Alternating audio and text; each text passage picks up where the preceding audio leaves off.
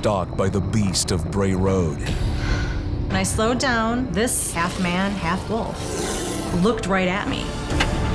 It was the scariest thing I've ever seen, and I felt pure terror. Face to face with the Michigan Dogman. When I locked eyes with it, we both froze. It was coming directly at me, and that's when I said, time for me to go. Turned into a cannibal by the ravenous Wendigo.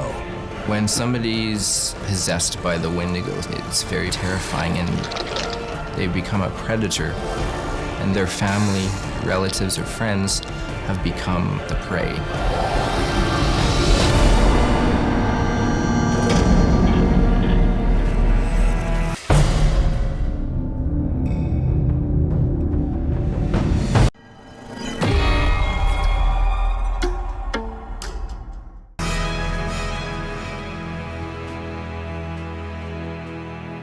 "30 miles west of Milwaukee, Wisconsin, the town of Elkhorn sits among broad lakes and rolling hills.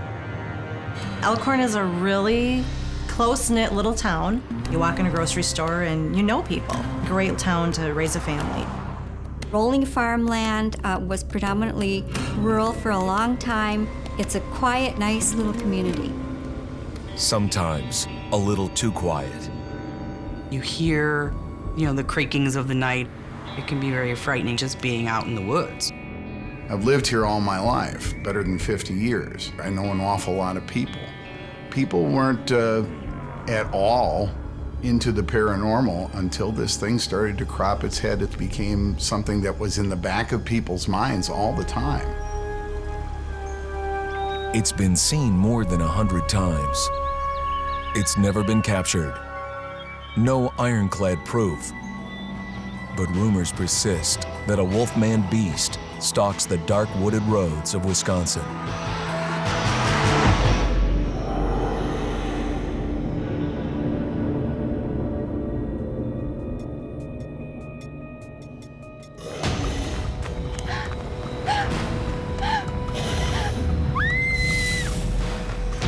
Dating back to the 1940s when people went to the woods, some of the old timers remembered hearing stories of them coming back, screaming out of the woods with their clothing all shredded by this monster with these deep, dark scratch marks on their body, indicating that they did encounter some creature out there.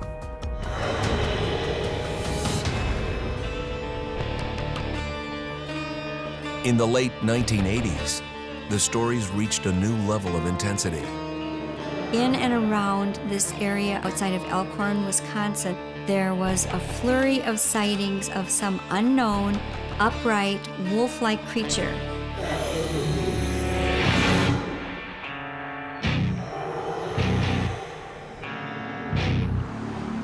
There was a great amount of fear. People armed themselves and started to lock their doors, which is not normal around here. Especially out north of Elkhorn where this beast was first sighted. Most of the sightings were clustered along a single roadway. Bray Road is a 2-mile stretch of country road. It's full of family farms. Some of them go back generations. Just off of Bray Road, there's a large woods, very deep woods with a number of ponds in it. And every now and then, something emerges. Something that Elkhorn native Lorie and Dreezy will never forget. I never thought anything like this would ever happen to me, but it did happen, and it was one of the scariest moments in my life.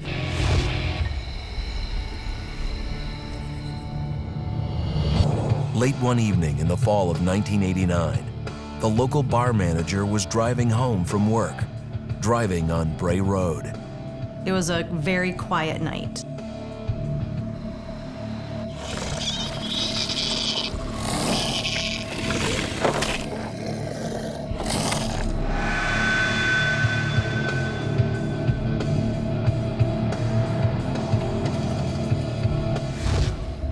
I saw something on the road. To Lorie, it looked like some sort of animal hunched over in the middle of the road. She inched closer for a better view. I saw him kneeling on the road, like a person would kneel.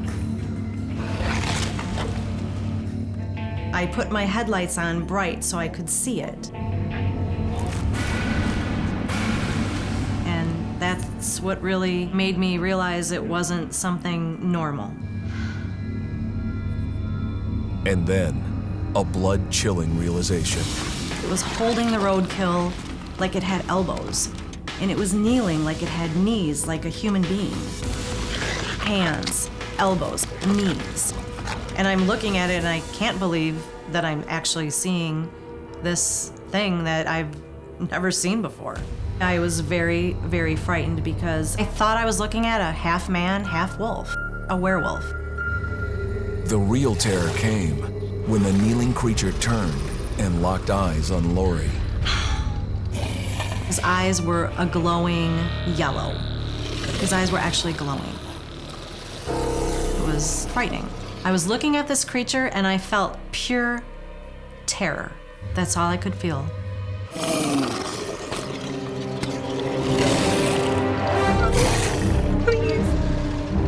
Just as the beast had fresh prey in its sights, Lorie's car wouldn't move. My heart was pounding. I was shaking. Please, I'm hungry. Please.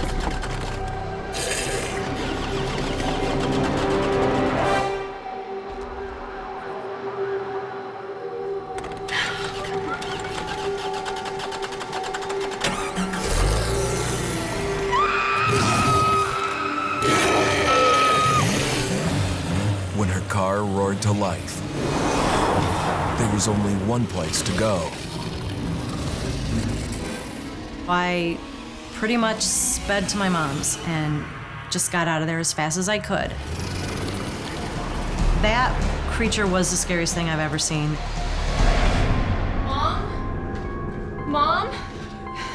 What's wrong? What happened? When Lorie came into the house, she was just full of panic. She said, "Mom, you're not gonna believe what I saw." She said, "I saw a werewolf. It was kneeling on the side of the road. It had glowing eyes and it was eating roadkill." And I said, "Oh my God, Lorie." She couldn't believe it. I couldn't believe it. We were just both in shock. I know what I saw. She was absolutely terrified. I have never seen Lorie that terrified, ever. And Lorie is just one of countless others through history swearing they've seen a wolfman. The legend dates back to ancient times. In Northern Europe, pagan warriors dressed in wolf hides to channel the spirit of these aggressive pack animals. But by the late Middle Ages, rising panic over witchcraft turned the wolf and notions of a wolf man into something evil. Fueling the fear may have been Europe's first serial killer.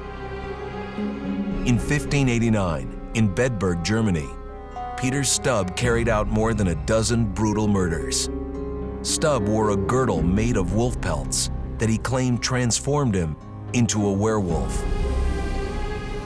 Stubb was burned at the stake. Many werewolf legends were combined into Hollywood's classic tale.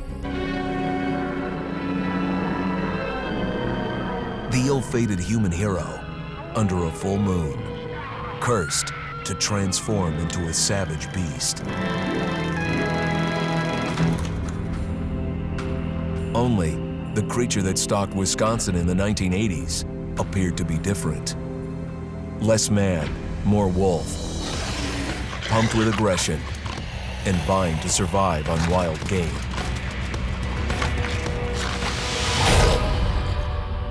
No matter who might get in the way. I was just in the wrong place at the wrong time. I don't think it picked me out. I just think it was there, and I was there. In the back of my mind, I'm thinking, what if? What if it followed her home? What if there's more than one?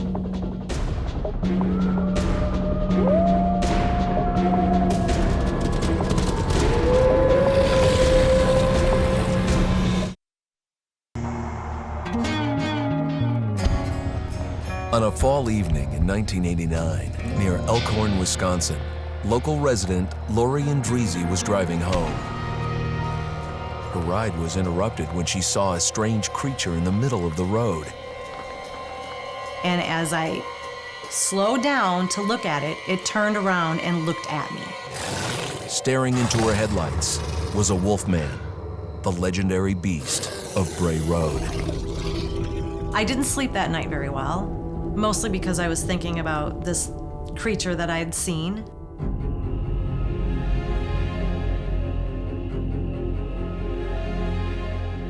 The day after her encounter, Lorie felt compelled to investigate the area where she saw the beast. The feelings that I was feeling when I drove back to where I initially saw it was pretty creepy. I was very hesitant to drive down Bray Road, but there's always that fear that it could be out there. Just walking around, looking for roadkill, looking to scare somebody.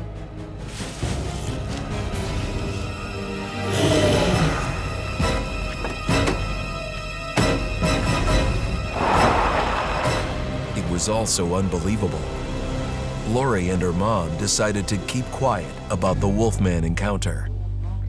The story just seemed so outlandish, like, who's gonna believe Lorie? I didn't want to have a stigma attached to myself. So really, it was an easy secret to keep.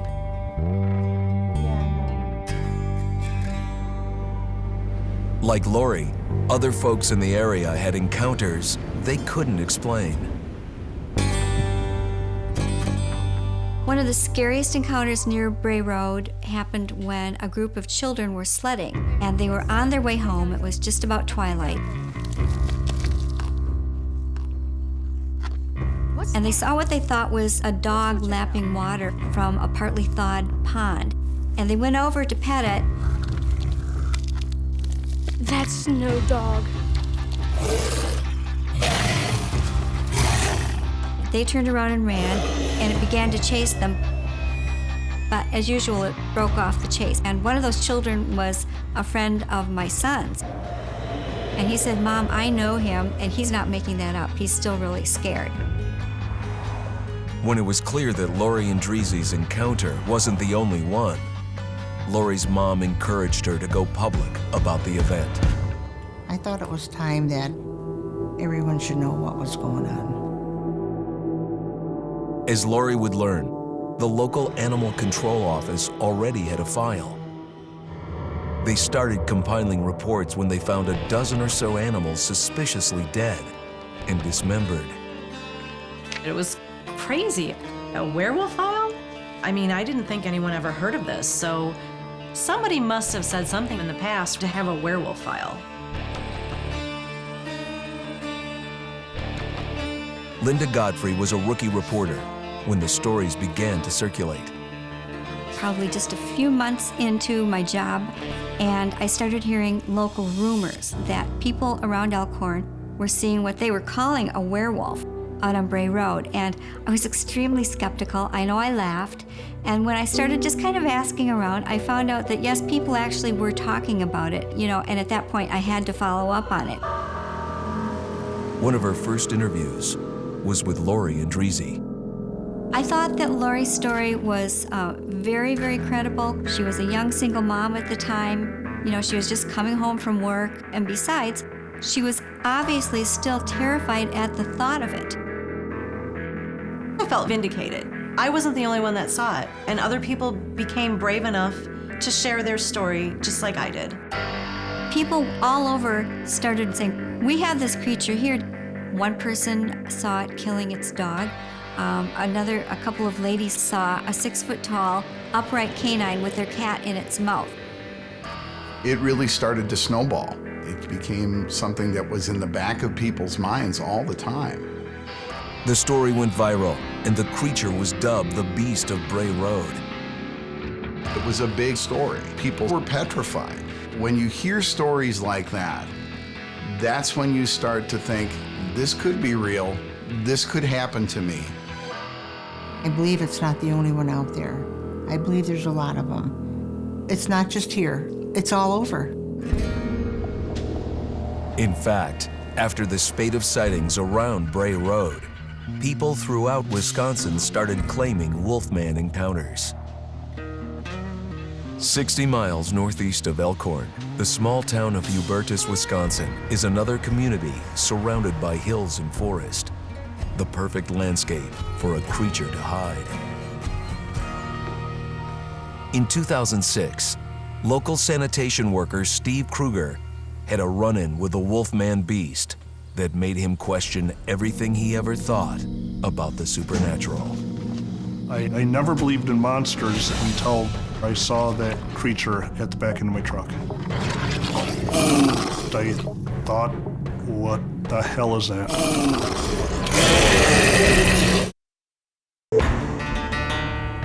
Wisconsin is dairyland. For a state with over 1 million milking cows, there's no love for a predator like the wolf.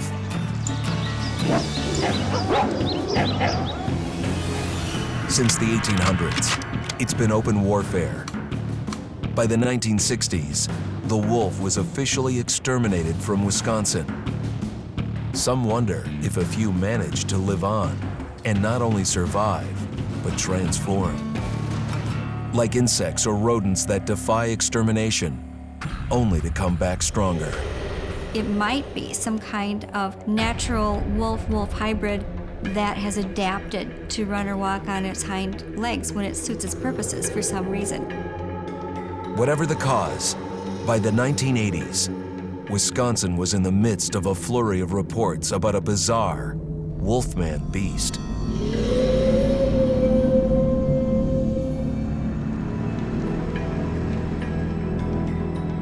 That put Steve Kruger on the front lines of the hunting zone. After college, he got a job working sanitation, clearing Wisconsin roads of deer and roadkill.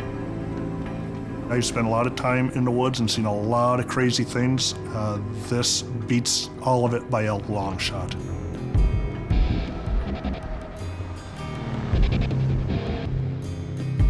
Back in 2006, I was contracted to pick up the dead deer carcasses along the roadways throughout the state. There's no precipitation. It was just a really nice, cool evening. I was driving and I came across a small deer carcass. It was a small 80-pound doe.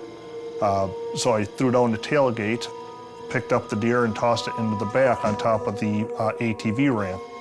And I hopped back into my cab, got the clipboard out and started filling out the paperwork.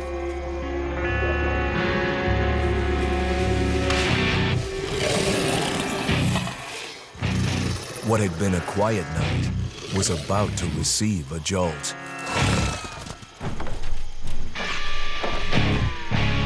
At first, when the truck shook, I thought it was the wind. So I ignored it the first time, started filling out the paperwork again. When the truck rocked again, it couldn't be ignored. And really felt like something heavy got into the back end of the truck.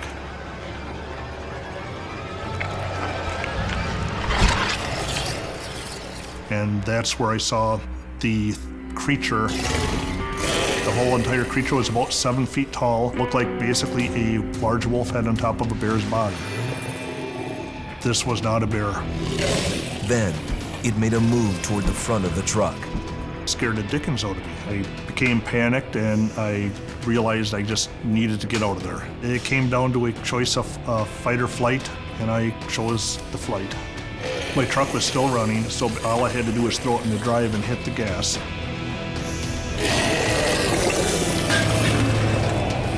As I did pull away, I heard a metal clank hit the road.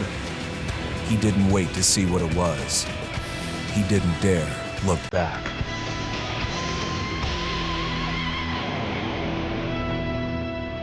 I got to the next crossroad as fast as I could, which was several miles down the road, and I pulled over. Both the deer and his heavy metal ramp were gone. The only thing I could presume is that the ramp got tangled up in the deer's legs as it was being dragged off the back end of my truck. I needed that ramp to be able to perform my job. But that meant going back down the road to where the Wolfman might be lurking. When I got back to the spot, there was not a deer, there was not an ATV ramp, and there wasn't a furry creature alongside the road or in the road. How could the creature manage to carry off a carcass and a heavy ramp? Steve Kruger was beginning to consider supernatural explanations. To realize that there was a creature like that out there, that aggressive and that willing to get close to people, frightened me.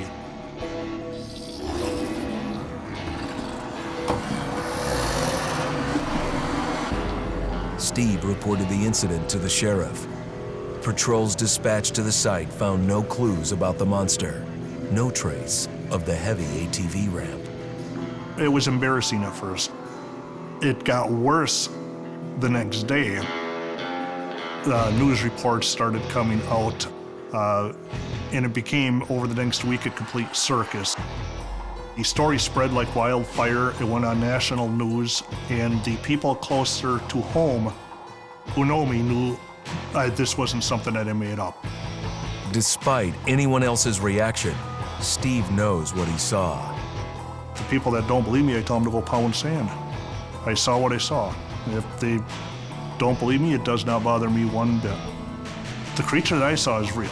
It was there, it was real, it was a physical something that I could not recognize that took the deer out of back into my truck.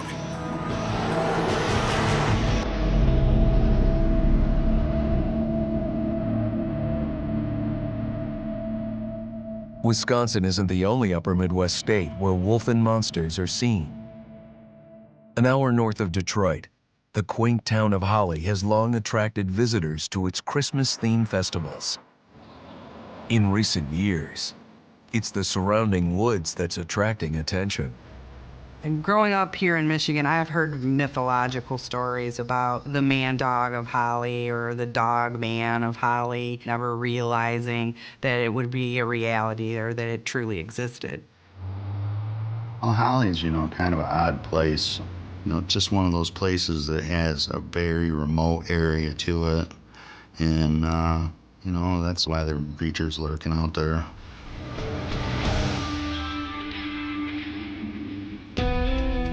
Within these woods, there are rumors about a monster, a creature that sometimes runs on 4 legs, sometimes stands on 2. A bizarre manimal, part man, part mutt, Dogman. The Dogman and Beast of Bray Road seem to be 2 different creatures. The Beast of Bray Road appears much bigger and seems to be more of your traditional werewolf, whereas the Dogman has a supernatural reputation with it as well, that it's more of a spirit-based creature. They have the ability to do you harm outside of just clawing and slashing at you. It's not flesh and blood. You couldn't kill it like you could possibly the Beast of Bray Road. We do know of over 100 Dogman sightings, and it is a widespread phenomenon, not just in Michigan, all across the United States and actually all across the world. There have been sightings of Dogman-like creatures in Argentina, in France, so this is not just an American phenomenon. The idea of a canine-human hybrid is very old. The ancient Egyptians saw Anubis, their god of the underworld, as a jackal-headed man. In rural Michigan, many have heard the Dogman legend. One local felt it breathing down his neck and barely survived to tell the tale. Meet Jeff Cornelius. He's a creature of the night himself.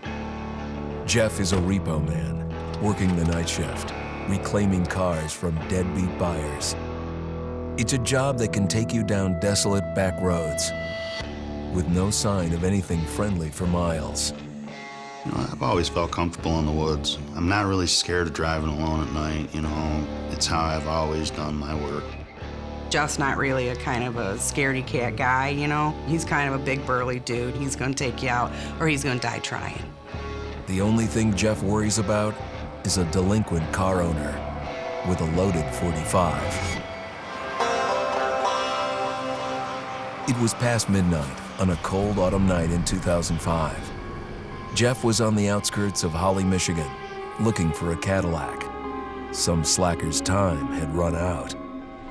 There was a bright moon out that night. You could see really well. Where I was looking for the vehicle, it's very remote. When I turned on the driveway, it was probably 200 to 300 yards. It was really creepy setting. You know, it was late at night, the moon was out, all the crickets and stuff. The house had bars on it, which, it was just odd to me. It kind of freaked me out.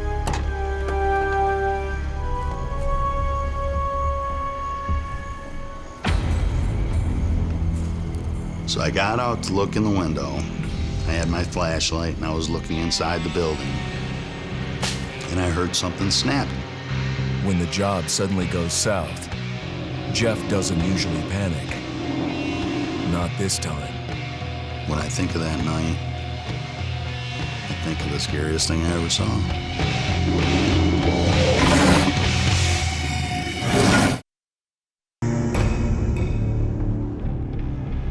The Michigan woods, home turf of the legendary Dogman. I think it originated with the fear of these forests as great unknown places. The pioneers would hear these sounds and unexplained noises and movement in the woods. And when they caught a glimpse of these creatures, they didn't look like anything they had ever seen before. Rumors about a giant man-dog continue to circulate to the present day because of encounters like the one repo man Jeff Cornelius had in 2005. Late one night, Cornelius was confident he'd finally located a Cadillac on his pickup list at a house outside Holly, Michigan. He never imagined what he'd find there. I was definitely skeptic of monsters growing up. Never believed in them. The things that Jeff sees as a repo man are the real life scary stuff. They're the people coming at you with a 2x4 in the middle of the night or hearing a click of a shotgun. When I got out, I'm in the habit of leaving my door open. Whenever I check for repossession, I always leave my door open just in case. The house looked abandoned, but Jeff's gut instinct told him he wasn't alone.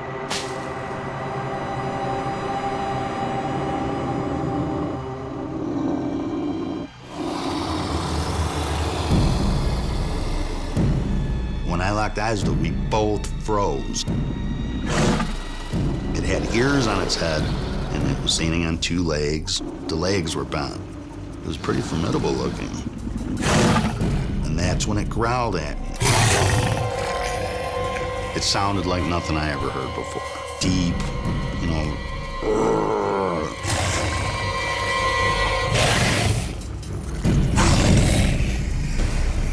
It was coming at me.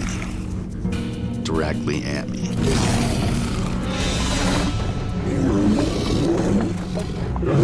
I jumped in my truck, closed the door, because I was scared. My heart was pounding for sure, Just wanted to get out of there before the thing, busted through my window or something. Jeff gunned his tow truck down the dark road, feeling he'd narrowly escaped. If I wouldn't have seen it, it would have definitely attacked me, 100%. When Jeff came and told me that night, I believed what had happened because I could see that he was genuinely afraid, that something spooked him, something scared him. Since radio stations in Michigan first broadcast news of the Dogman in the late 1980s, more than 500 encounters have been reported.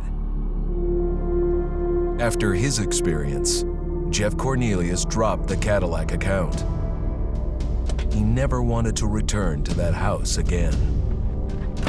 When I'm in the woods repoing vehicles, I try to definitely be a little more, aware of my surroundings so as to not let anything sneak up on me again. I know what I saw that night, and what I saw was the man dog.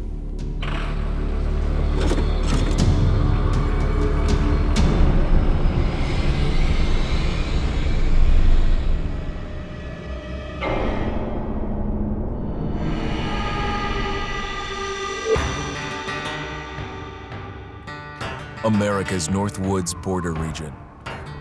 Within this land of 10,000 lakes and miles of dense timber, a hideous creature is believed to lurk. The North Woods is probably one of the last frontiers in America. There's still a lot of places in this area that hasn't been set foot by man. Monsters and mysteries exist here because it is remote. Up in the North Woods, winters are long. In times of biting cold and isolation, a devouring monster is believed to come forth. It's terrorized native people for generations. Growing up, I was told, like, don't go outside, the Wendigo will get you.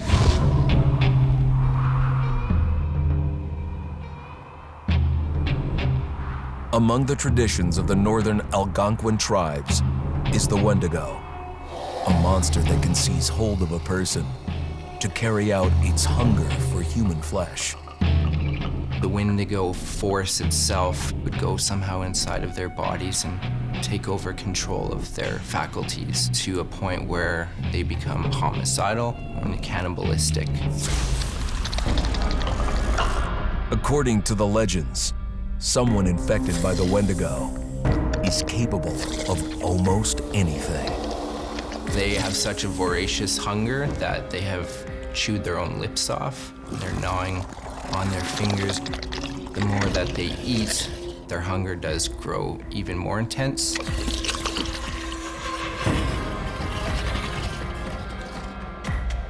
One of the most horrific cases of Wendigo possession unfolded in the 1870s, when a Cree Indian named Swift Runner turned up in town, claiming his wife and children were missing. Police investigators suspected foul play. When they walked to his campsite, they were horrified by what they saw. And it didn't take them very long to discover there was something more sinister to this story.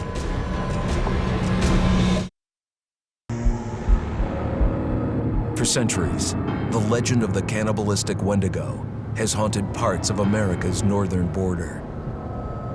No one is safe in its path. The Wendigo is the predator of humanity. It stalks human beings relentlessly, but it also has the capacity to prey upon someone within their mind. Once the Wendigo takes hold, you are a starving, savage beast with an insatiable hunger. The legend of the Wendigo originated in North America with the Native Americans. Reports of it go back to the very early historical records, probably in the 1500s. Many Native Americans fear even talking about this Wendigo, and even the mention of the name will let the Wendigo find out where you are, and it will open you up to be possessed by this Wendigo. The most famous case of a Wendigo possession took place in 1879 in the deep woods outside of Edmonton, Alberta. Swift Runner, a Cree Indian, was a trapper and a guide. He had left town the previous autumn with his wife, 6 children, and his mother. But when Swift Runner returned in spring, he was alone. Swift Runner came into a nearby village telling this heartbreaking tale. I had to watch them starve to death. Of his family being killed by starvation, and that he was the only survivor. My whole family gone. It wasn't hard to understand a family falling victim to a brutal winter. Yet something was suspicious about Swift Runner. He was a strapping man, and he came into town weighing over 200 pounds. It didn't look like somebody who had just weathered a terrible winter. He wasn't malnourished, didn't look like he was starving. He looked healthier than ever. After a few nights, it became clear that something was wrong. He started having night terrors, screaming in his sleep. I am the Wendigo! Villagers alerted the police. Swift Runner actually guided them back to his winter cabin. When they got there, that's when they saw the true horror.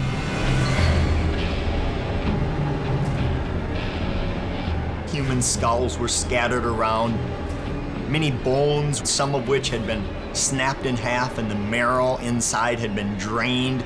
They had never seen anything like it. Swift Runner had killed his entire family, shooting them, hitting them with an axe, strangling, and then eating most of their bodies.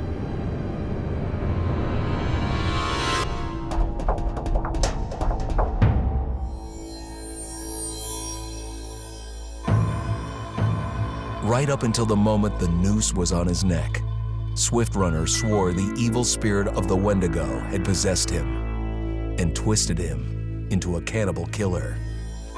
When he was on the gallows, Swift Runner himself said, "I am no longer a man."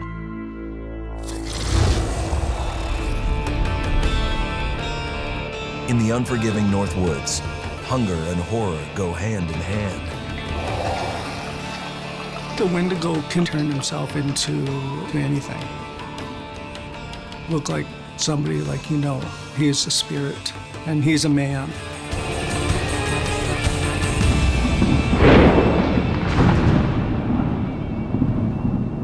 In 2008, some believe a Wendigo came to life on an ordinary bus, with horrific results. A young man was getting settled for a long bus ride home. Little did he know, it would be the last ride of his life. Help! Help! The witnesses had never encountered anything like this in their life. It looked like he was a man that was possessed by some type of spirit, and led many to believe he might have been the Wendigo.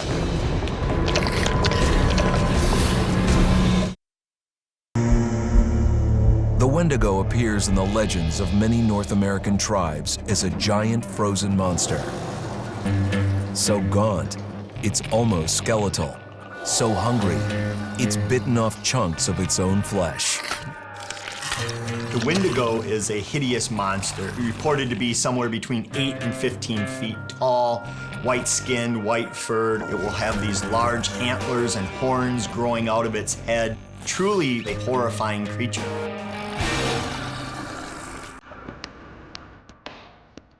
Even today, there's a belief that a Wendigo can show up anytime, anywhere. 250 miles north of Fargo, North Dakota, one might have appeared on an ordinary bus. July 30th, 2008, a Greyhound bus was en route to Winnipeg with 36 passengers aboard. One of them, a young man on his way home, was just falling asleep.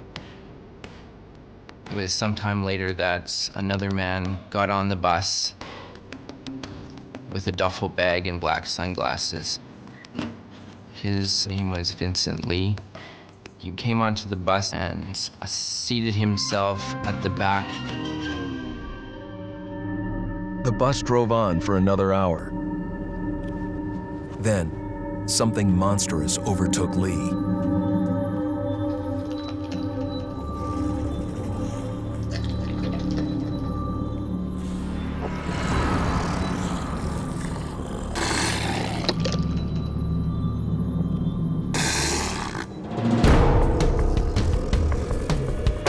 Ravenous force was gaining strength, and it's unleashed on the sleeping young man seated next to Lee.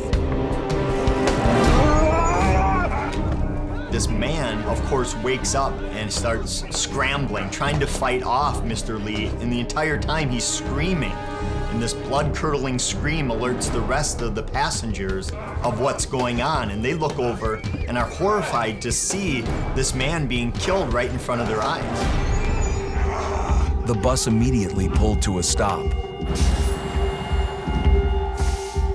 Passengers fled outside. And then, the inconceivable happened. He severs his head right off of his body, and he's very, very calmly walking up and down the aisle of the bus, brandishing this head. And he holds it out like a trophy, showing the other passengers. And it wasn't the brutal attack that carried whispers of Wendigo. It was what came next. Eyewitnesses said that he was actually taking pieces and eating them. It bore the signs of Wendigo, a monster in its most brutal form. The fact that he was eating them led many to believe he might have been the Wendigo, that he was possessed by some type of spirit. He wasn't angry, he wasn't provoked. It was as cool, as calm as he was just taking a walk on the beach. It seemed to be totally unexplainable, but yet at the same time, it was occurring right in front of their eyes. The police managed to make the capture and arrest. Was Vincent Lee merely insane? Given the history of cannibalistic killings in the North Woods, some suggest this was an evil force at work. Ancient cases like Swift Runner and the heartbreaking fate of his family. Or modern ones, like a cannibalistic killing on a Greyhound bus, defy normal logic. Is a monster like the Wendigo the explanation? They become a predator of humanity and the human beings that they see around them. Usually their family, relatives, or friends have become the prey. I believe the Wendigo still exists because he is a spirit. It's always going to be around. For generations, legends of monsters have circulated around the upper Midwest. Many dismiss them as just stories. Those childhood stories that my grandmother told me, I haven't grown any less afraid of them. For those who've encountered these monsters firsthand, the stories are as real as life and death. When I look into the woods now, there's always that fear that it could be out there. Whether you believe that the Beast of Bray Road, the Michigan Dogman, and other unknown upright canines are real creatures or not, they're still fascinating because people are seeing them, they're having interactions, we don't know what it is, it's a mystery.